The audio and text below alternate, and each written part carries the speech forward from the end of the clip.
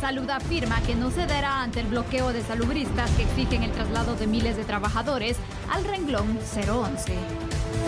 El presidente electo Alejandro Yamatei aseguró que se esforzará para que el Parlacén funcione, pero que si no lo logra, buscará la salida de Guatemala. Con una reunión en el despacho presidencial inició el largo proceso de transición entre Alejandro Yamatei y el actual presidente Jimmy Morales. La Comisión de Derechos Humanos del Congreso de la República formó las ternas para elección de 2 relatores contra la tortura titulares y 2 suplentes. Algunos fiscales de partidos políticos piden informaciones sobre los partidos que serán cancelados tras la finalización del proceso electoral.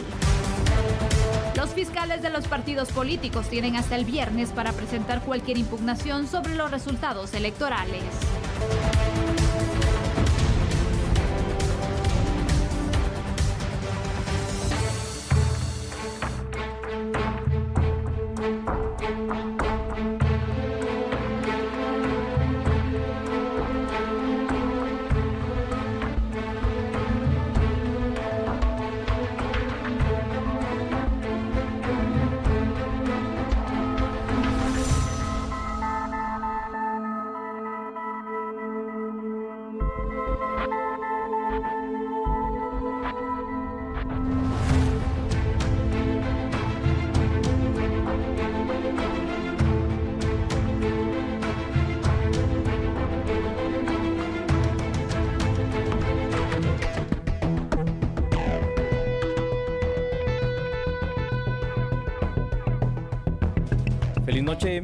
Feliz noche de miércoles también para ti, Sandy. Y si quieres, de una vez vamos con el primer tema, polémico por demás. Efectivamente, buenas noches, gracias a ustedes por esa preferencia de cada día y de esta manera conocer los análisis de la noticia, porque hoy el ministro de Salud aseguró que no instalarán una mesa de diálogo con los salubristas que bloquearon 20 tramos carreteros a nivel nacional. Conozca las razones. Carlos Soto Menegaso, titular de la cartera de Salud, se pronunció tras las acciones que han tomado los salubristas en bloquear carreteras para manifestar atrasos en el cumplimiento de convenios. Yo no estoy de acuerdo con esos bloqueos, porque esta situación se está yendo más allá de lo que habíamos consensuado. Yo pienso que la situación es que al que están afectados es el pueblo de Guatemala, porque ellos rompieron el diálogo, el ministro de Trabajo les habló para que continúen con el diálogo y realmente están tomando acciones totalmente ilegales. Entonces, yo estoy en contra de esas medidas que están tomando ellos. Hay otras formas de arreglar las cosas y realmente la población está cansada de estas situaciones, ¿verdad? Mientras ellos estén con medidas de hecho, no podemos hacer ninguna medida de diálogo, ¿verdad? Ellos depongan sus medidas y entonces se puede entrar a dialogar, pero para mientras no. Los salubristas solicitaron por medio de estas acciones el pago de un bono correspondiente a los meses de enero, febrero y marzo de este año. Asimismo, el traslado de un aproximado de 8,000 trabajadores a renglón 011. Sobre estas peticiones, el titular de Salud, Soto Menegaso, manifestó que ya no cuenta con presupuesto y los procesos los deberá continuar el próximo gobierno. Nosotros realmente estamos comprometidos con la población en atenderlos. Ellos no están comprometidos con la población porque están buscando una situación que no se puede dar en ese momento en Guatemala. No tenemos presupuesto y vamos a dejar los procesos avanzados para que ellos puedan hacerlos con el otro gobierno. Bueno, me quedo pensando, ¿no? Porque, Sandy, hoy otra jornada de bloqueo, solo que ahora fue con trabajadores de salud. ¿Y les parece si empezamos a ver cuáles fueron las causas, las razones para que entremos al análisis de lleno? Por supuesto. Claro que sí, usted en pantalla lo verá con nosotros. El Sindicato Nacional de Trabajadores de Salud de Guatemala realizó, como se dieron cuenta, una jornada de bloqueos en distintas jurisdicciones del país, 20 para ser exactos. Una de las principales causas del bloqueo es la petición de que más de 10,000 trabajadores de salud pasen a formar parte del denominado renglón 011. Explico que el renglón 011 es el designado para trabajadores que se denominan permanentes en el estado de Guatemala. Las prebendas es que se goza de estabilidad laboral y de todos los beneficios acordados en los pactos colectivos, así como de, por ejemplo, Sandy, de los bonos, de las vacaciones, del aguinaldo, y entonces, por eso es que estas personas están precisamente pidiendo esto. Las peticiones pudieran parecer, digamos, hasta cierto punto justas. Lo que no es justo es que otra vez bloqueen 20 puntos, Sandy, en el país. Exactamente. ¿Cómo es posible entonces y cómo sigue la idea de que bloqueando, afectando a otras personas, se van a hacer caso a sus peticiones? Y hoy vemos el claro ejemplo. Sí. Bloquearon estos 20 puntos, al final muchas personas llegaron tarde a su trabajo, sus diversos compromisos, y el ministro dijo, de esta manera yo no me voy a sentar a establecer diálogo porque no es la forma en la cual se busca precisamente eso. Te digo algo, creo para esta situación que el ministro tiene razón, no es la forma, es decir, es con él directamente con quien se deben sentar los líderes sindicales, en este caso precisamente para poder determinar qué se va a hacer en esta situación y en estas peticiones específicas. Y no se trata, como podemos ver en pantalla en este instante en TN23, de que personas completamente ajenas, en este caso la población guatemalteca, tenga que pagar este tipo de consecuencias. Como tú bien lo has dicho, Sandy, llegando tarde al trabajo, descontándoles, por ejemplo, el día, o simple y sencillamente no cumpliendo con compromisos, con audiencias, con citas, con cuestiones.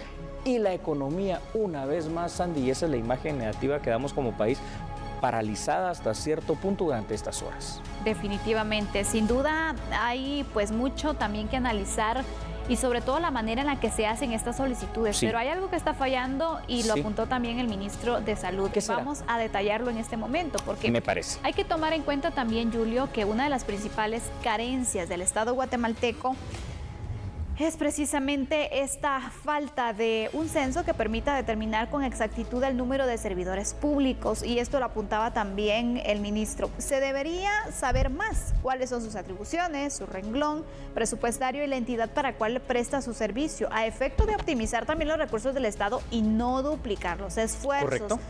Otra cosa que se debe hacer en materia de análisis también es el profundo análisis en el tema laboral del Estado. Es también la gran cantidad de puestos de asesoría que muchas veces consumen importantes recursos en las instituciones. Es decir, aquí hay que hacer una auditoría, hay que hacer este censo para de esta manera también optimizar el recurso, y si se optimiza el recurso económico, obviamente se pueden dar estos aumentos a quienes en realidad lo necesitan. Me encanta la palabra que acabas de utilizar en varias ocasiones, optimizar el recurso. ¿Sabes por qué, Sandy? Porque muchas veces cuando son cuestiones estatales, cualquier institución te va a decir, es que no hay dinero que alcance, no tengo el suficiente presupuesto. Momento, ojo, lo que hay que hacer es ordenar la casa y, como tú dices, optimizar esto. ¿Optimizarlo de qué manera? Ya dijiste tú, si hay demasiados puestos de asesoría que no se necesiten, se quitan y ahí empiezas a tener un ahorro.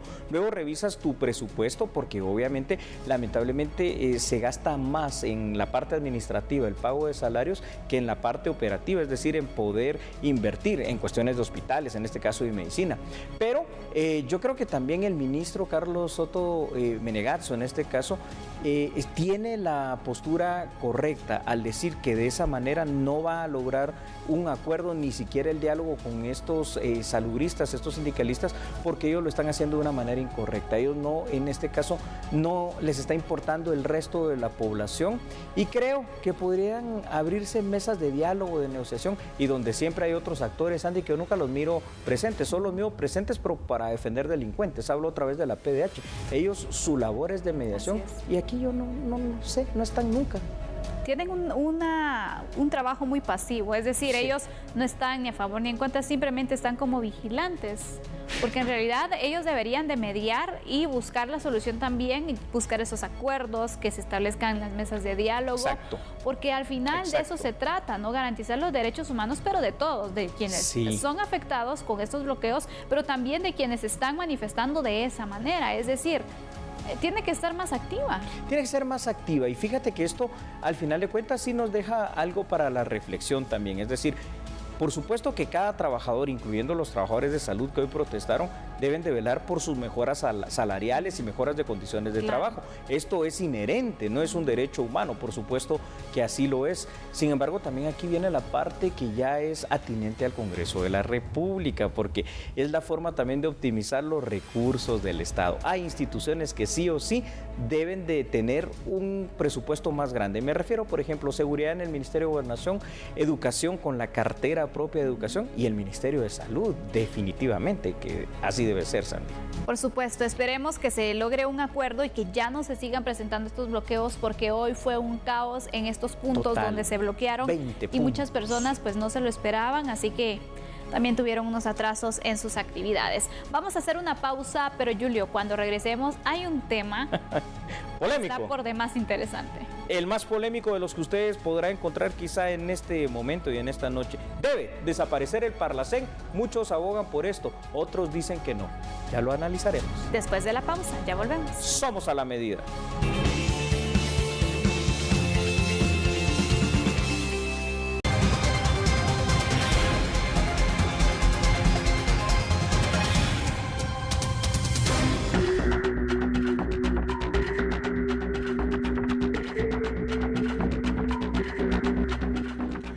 Gracias por continuar con nosotros. El presidente electo Alejandro Yamatei dio a conocer su postura en torno al trabajo que realiza el Parlamento Centroamericano.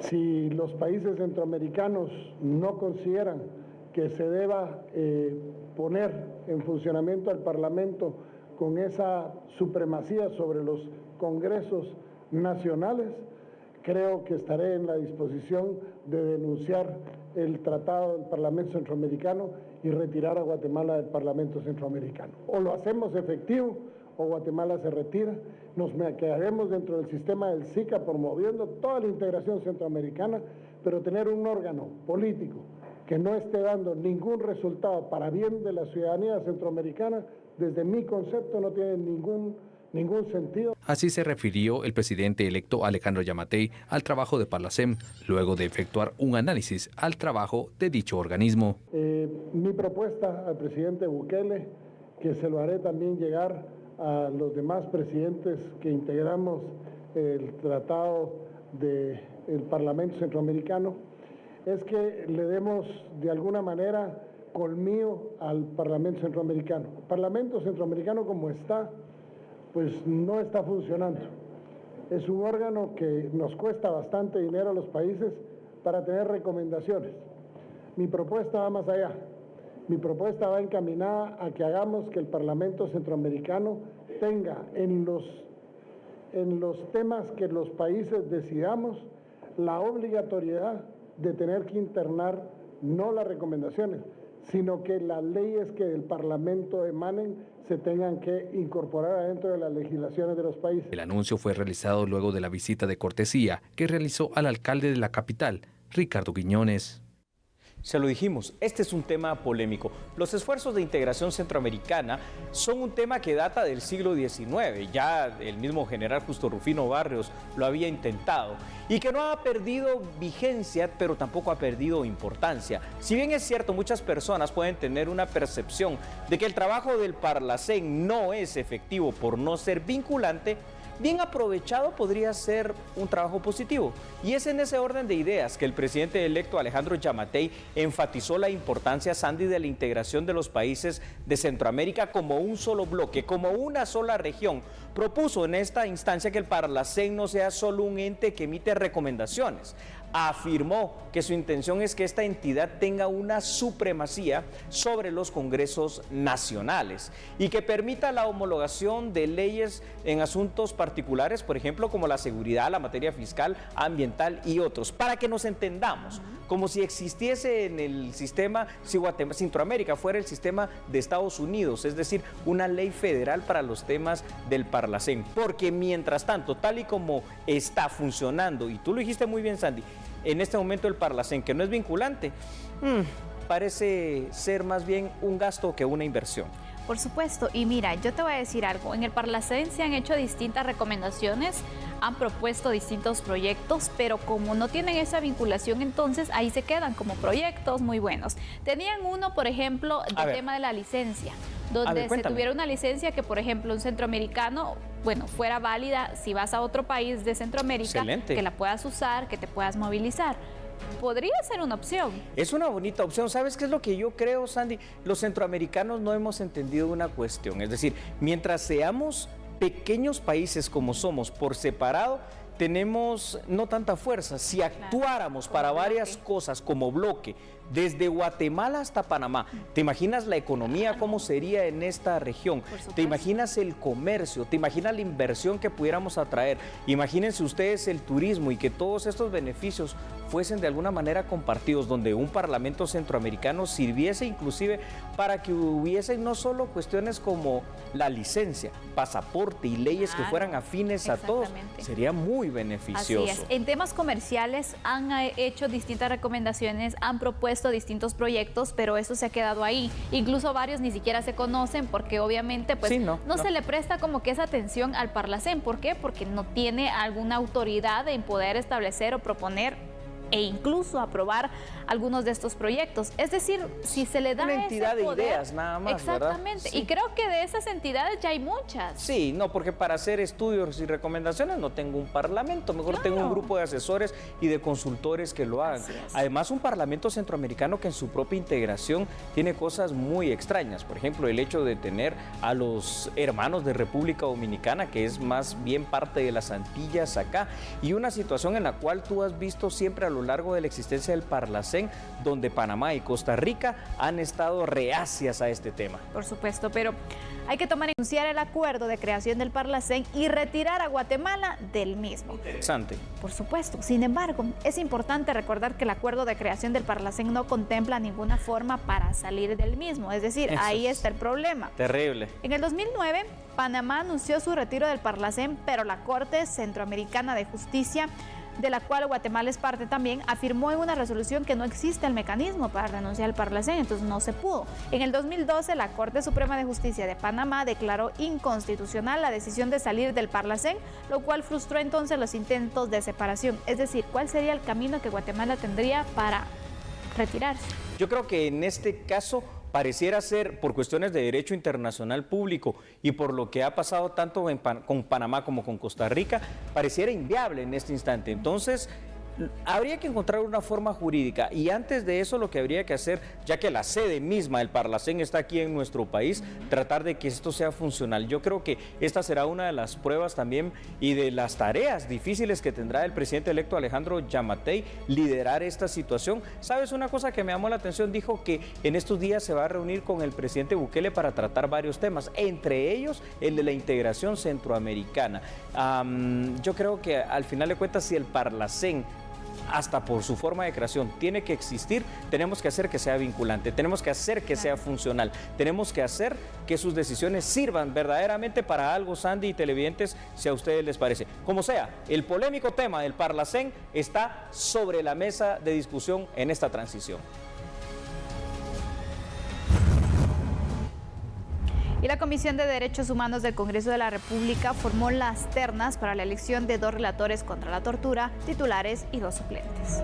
Es un proceso que tardó casi un año, ¿verdad? Lo empezó la Comisión de Derechos Humanos el año pasado y bueno, felizmente nosotros lo estamos terminando el día de hoy, cumpliendo todo lo que la ley indica y se eligen las 2 ternas, van los 6 representantes al Pleno. Recordemos, es el Pleno el que al final decide cómo queda integrada, quiénes son titulares y quiénes son suplentes, y la comisión únicamente está concluyendo y cumpliendo lo que la ley dice. Los integrantes de la terna número 1 son Gloria Margarita López, Carlos Eduardo Wolken e Hilario Roderico Pineda. La segunda está integrada por Carlos Alberto Solórzano, Mónica Lisset Solórzano y Eric Rubén Escobar. Según el presidente de la Comisión de Derechos Humanos del Congreso de la República, Aníbal Rojas, la integración de la terna tuvo un retraso de varios meses debido a que la comisión no contaba con el quórum necesario para llevar a cabo el proceso. Bueno, mire, hay que en primer lugar hablar cuáles son las funciones de la comisión. Y ellos tienen funciones específicas que deben de cumplir y sin duda alguna al no estar integrados les afecta bastante. Y por eso era importante concluir con el proceso. Nosotros lo estamos haciendo el día de hoy, esperamos de que esto sirva para que la comisión o la oficina funcione de una mejor manera. La fecha límite era el año pasado. Esto viene desde el año pasado, de que la oficina de la tortura está incompleta, está desintegrada, y es una responsabilidad del Congreso y de la Comisión también. Pero bueno, es un poco complicado acá el tema, tiene que haber quórum para que se tomen decisiones, eso complica el proceso. Ahora queda en manos del Pleno del Congreso de la República conocer ambas ternas y realizar la elección de los 2 relatores titulares contra la tortura y los 2 suplentes. ¿Extrañaba usted las noticias del ámbito electoral? Bueno, algunos representantes de partidos políticos requieren a las autoridades del Tribunal Supremo Electoral que informen cuáles serán los partidos que están próximos a ser cancelados. 9 partidos podrían quedar cancelados. Algunos de los fiscales de los partidos políticos insisten en conocer fechas y nombres de las organizaciones políticas.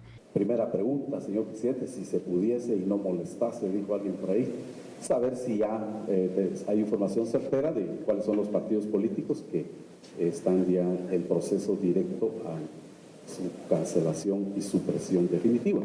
¿Por qué es importante? Porque mediáticamente la población transpira y respira esa institucionalidad política también. Los partidos políticos que no hayan alcanzado un mínimo de 5% de votos durante este proceso deben ser cancelados según la legislación. El presidente del ente electoral indicó que la cancelación se realizará hasta concluir este proceso y tener resultados oficiales. ¿Qué organizaciones políticas van a ser canceladas? Hasta establecerse totalmente los resultados electorales, se dará inicio a la cancelación de las organizaciones políticas. Recordarán algunos que ya tienen bastante experiencia que antes se hacía solo con la declaratoria los resultados, pero la Corte de Constitucionalidad emitió un dictamen que a pesar de todo eso había que dar audiencia a las organizaciones políticas. Entonces es un procedimiento, se iniciará cuando se tengan todos los resultados electorales. Ha iniciado el proceso de transición y estaremos hablando de esto después de la pausa, ¿te parece? Me parece bien, así que por favor no cambie, regresamos en unos instantes. Recuerde, aquí en TN23 somos a la medida.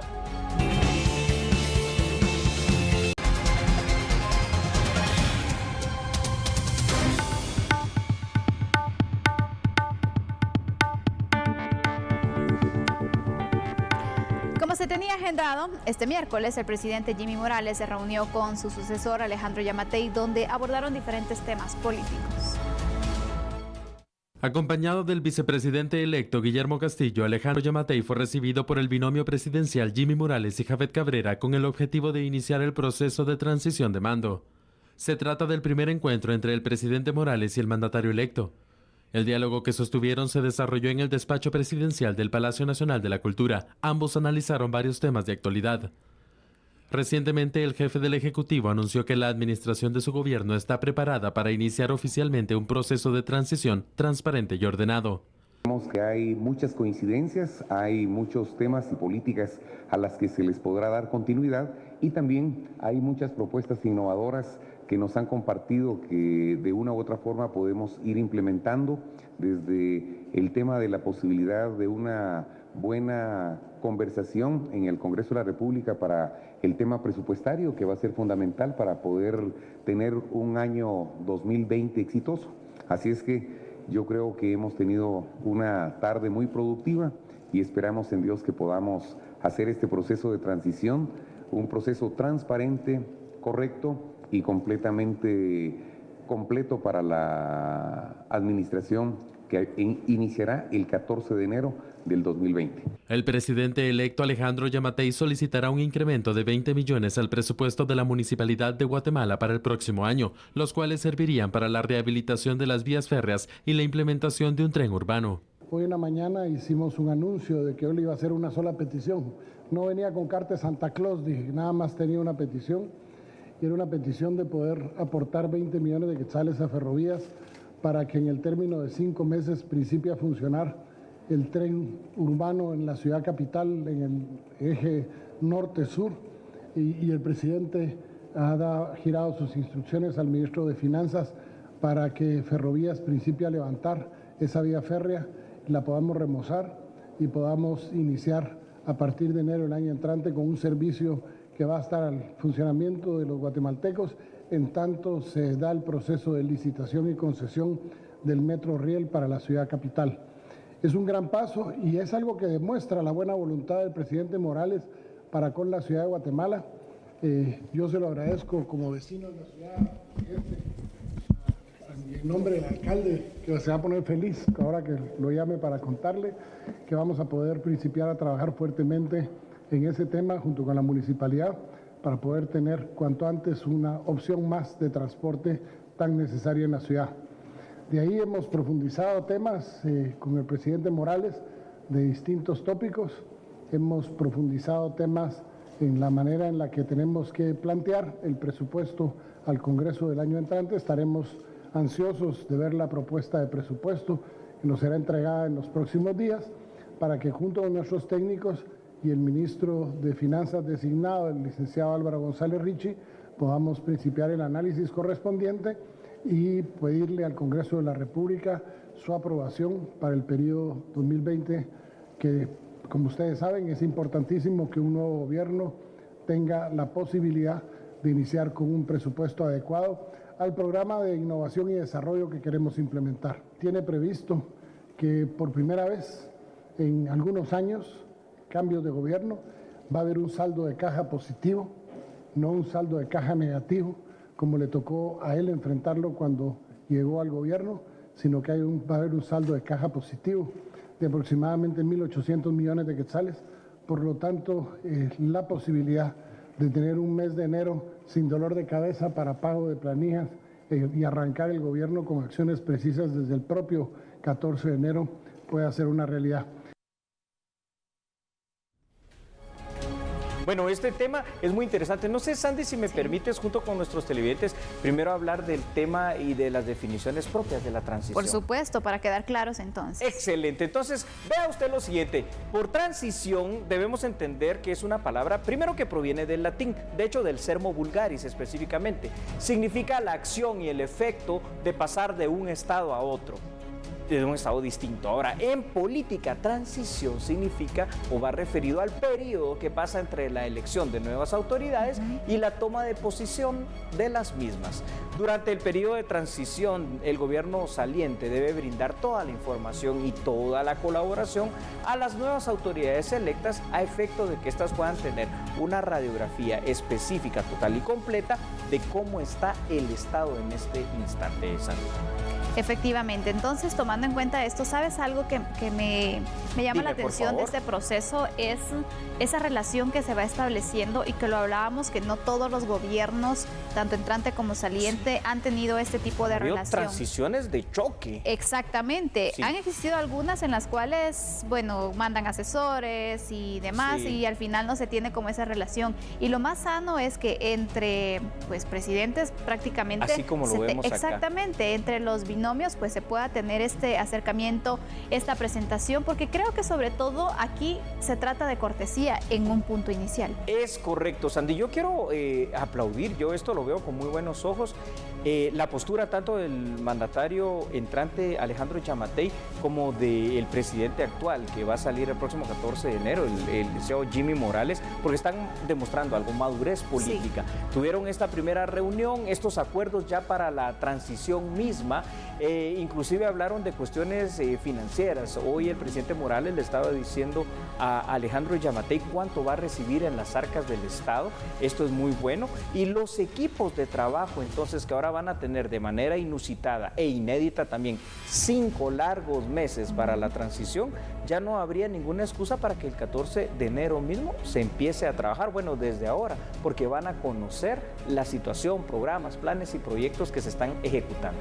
Y sabemos que conocer entonces un poco cómo están las finanzas, cómo están los diferentes programas, proyectos que se tienen, lleva tiempo para que de esta manera, este tiempo que les va a quedar a ellos para la transición, estos 5 meses, en enero pues ya van a empezar a poner en marcha los proyectos, ya no van a hacer las revisiones y demás, sino que se va a aprovechar ese tiempo. Aquí el tiempo vale oro, y especialmente entonces cuando se quieren implementar distintos proyectos, que obviamente estará a cargo de la administración de Alejandro Giammattei. Sí, sabes que ahorita me recordaste precisamente al presidente Donald Trump.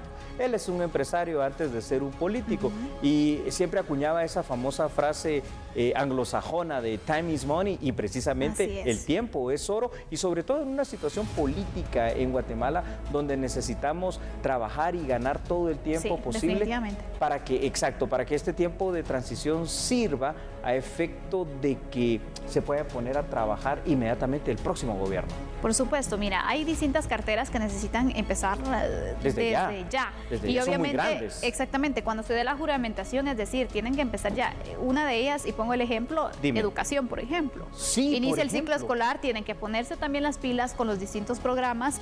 Entonces, ahí vemos cómo no se debe perder ni un solo momento. ¿Qué tal la cartera de salud que hoy tuvo esta situación? También. Y no digamos temas más polémicos y más difíciles como el tema de seguridad. Recuérdate que la cartera de gobernación es Policía Nacional Civil, Instituto de Migración, está Sistema penitenciario también. Entonces, es un monstruo, ¿no? Es muy grande. Finanzas. Exacto, que es uno de los principales, porque obviamente este ministerio tiene que ejecutar y tiene que dirigir también el tema presupuestario en el resto de carteras. Pero vamos a continuar con los datos, porque por favor, Sandy, hay que tomar en cuenta algo, Julio. Dime. La transición actual es inédita, porque nunca antes había existido precisamente estos 5 meses entre la elección de autoridades y la toma de posesión de las mismas. Recordemos que por la situación de que el voto nulo era vinculante, también se estimó pues este periodo y se extendió también la elección.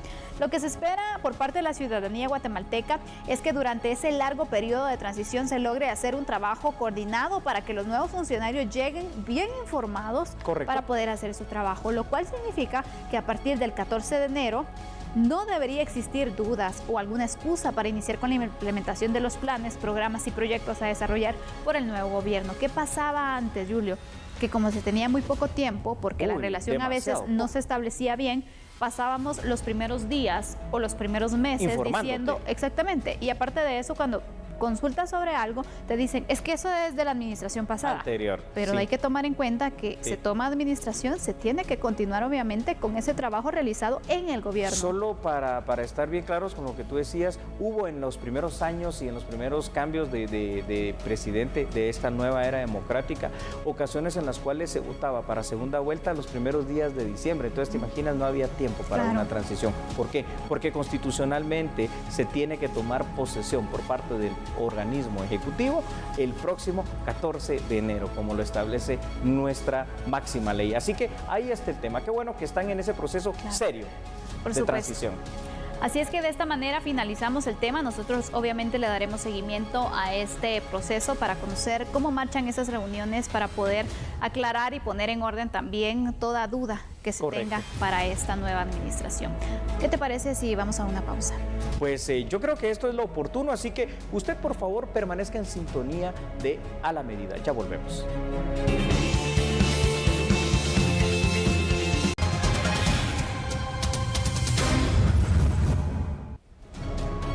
Fiscales de los partidos políticos tienen hasta el final de esta semana para presentar cualquier impugnación posterior a los resultados preliminares. Las audiencias de revisión terminan este viernes. En los últimos 2 días, la Junta Electoral del Departamento de Guatemala y la Junta Electoral del Distrito Central ya han presentado sus actas de resultados finales a las autoridades del Tribunal Supremo Electoral. Ambas juntas agotaron sus audiencias de revisión y no registraron ningún recurso de nulidad por los resultados obtenidos. Todas las juntas electorales deberán agotar estos recursos de reclamo durante esta semana, según lo establecido en la Ley Electoral y de Partidos Políticos. Las actas de revisión final de escrutinios, que es el documento 8, es el que suscriben las juntas electorales departamentales al momento de realizar sus respectivas audiencias de revisión. En esta semana están realizándose esas audiencias de revisión. Hoy 14 están realizándose aproximadamente 8 audiencias de revisión y así sucesivamente concluirán el día viernes. Tengo conocimiento que, por ejemplo, la Junta sobre Voto en el extranjero realizará su respectiva audiencia de revisión el día viernes y estas actas son entregadas directamente a Secretaría General. Mientras tanto, los delegados de los partidos políticos aprovecharon la reunión semanal para felicitar a las autoridades del máximo ente electoral y a las juntas electorales por el desarrollo del proceso de elecciones. Solo tomé la palabra únicamente para felicitar a varias instancias que participaron en este proceso de elecciones generales de segunda vuelta. Y quiero empezar por felicitar a las juntas receptoras de votos, a las juntas electorales departamentales, juntas electorales municipales, a los fiscales de nuestro partido político, a todos los partidos políticos que nos apoyaron en este proceso de elecciones y también felicitar a los señores funcionarios que participaron activamente en este proceso, a la directora electoral, felicitar al director de informática y felicitar a todos los funcionarios que participaron en este evento de segunda vuelta, que fue un evento transparente, fue un éxito las elecciones de segunda vuelta. La felicitación que están haciendo los compañeros, ya que esta segunda oportunidad, pues lógicamente se vio no solo la celeridad en el tiempo, sino que la confianza que se tuvo, a pesar del susto que tuvimos cuando se puso en cero la pantalla, ¿verdad? Entonces, pero fue inmediatamente restaurada y vuelta a su porcentaje. Al señor director de informática, felicitaciones, ¿verdad? Tuvimos la confianza de ver la prontitud en que circuló la información y eso lo que ayuda es a que haya calma. Y en otra información, las exportaciones de diversos productos e inversiones están a muy poco de verse afectadas. Esto si Guatemala no logra ratificar el Tratado de Libre Comercio con Corea. Vean la información en A la Medida. El camino para alcanzar una posible adhesión de Guatemala al Tratado de Libre Comercio con Corea llevará un buen tiempo. Así lo consideran autoridades diplomáticas de la nación asiática, que estiman que por lo menos se llevará 4 meses. Se tratará un poco porque el resto de los centroamericanos ya están firmados y entre el gobierno coreano y los 5 países de Centroamérica ya han firmado este TLC y van a tener vigencia dentro de 3 o 4 meses. Así que solo después de vigencia de este TLC podemos empezar renegociación de este acuerdo. ¿No será un camino sencillo de incorporar a Guatemala? No, por favor, eso no es tan fácil. Pues debemos presentar en la mesa para revisar las condiciones de ambos países. Al respecto, autoridades nacionales esperan un acuerdo en octubre próximo, cuando visiten a delegados económicos de Corea.